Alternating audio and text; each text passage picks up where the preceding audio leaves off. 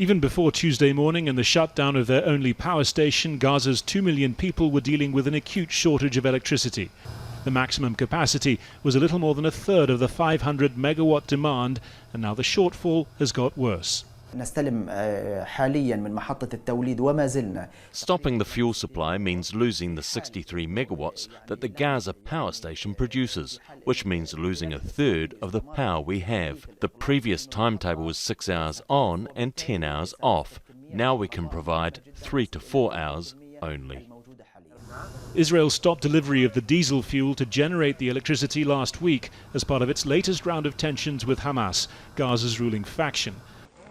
Hamas has resumed its tactic of launching balloons carrying incendiary and explosive materials into Israeli territory. There have also been what it calls night disturbances along the border fence and rocket launches into Israel.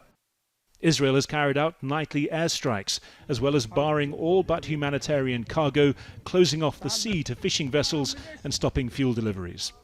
It's a blow to economy already on its knees, with unemployment surging and 55% of people living below the poverty line. Gaza's oldest ice creamery was already restricted by the power shortages to using just one of its 7 production lines. Now its owner says it's time to shut up shop. I'll send my workers home and shut down the factory. 4 hours aren't enough because you need 2 hours at least to cool the machines before starting the production process. It also means that the distributors will stop buying my products because they don't have enough electricity to store the ice cream. The power shortage brings with it an environmental cost too, affecting water supplies, desalination plants and treatment of wastewater. The wastewater, as one of the most important problems that we are facing in the Gaza Strip, treatment will be decreased to the lowest level, a discharging of more than 120,000 cubic meter of raw sewage to the seawater and the beaches of the Gaza Strip directly without any treatment. That's the equivalent of 50 Olympic-sized pools every day, at a time of year when Gaza's residents look to the seaside as a place to relax and cool off.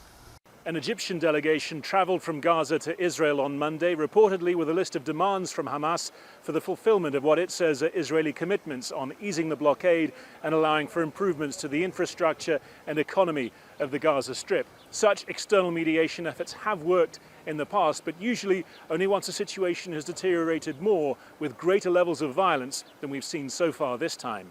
Harry Fawcett, Al Jazeera, West Jerusalem.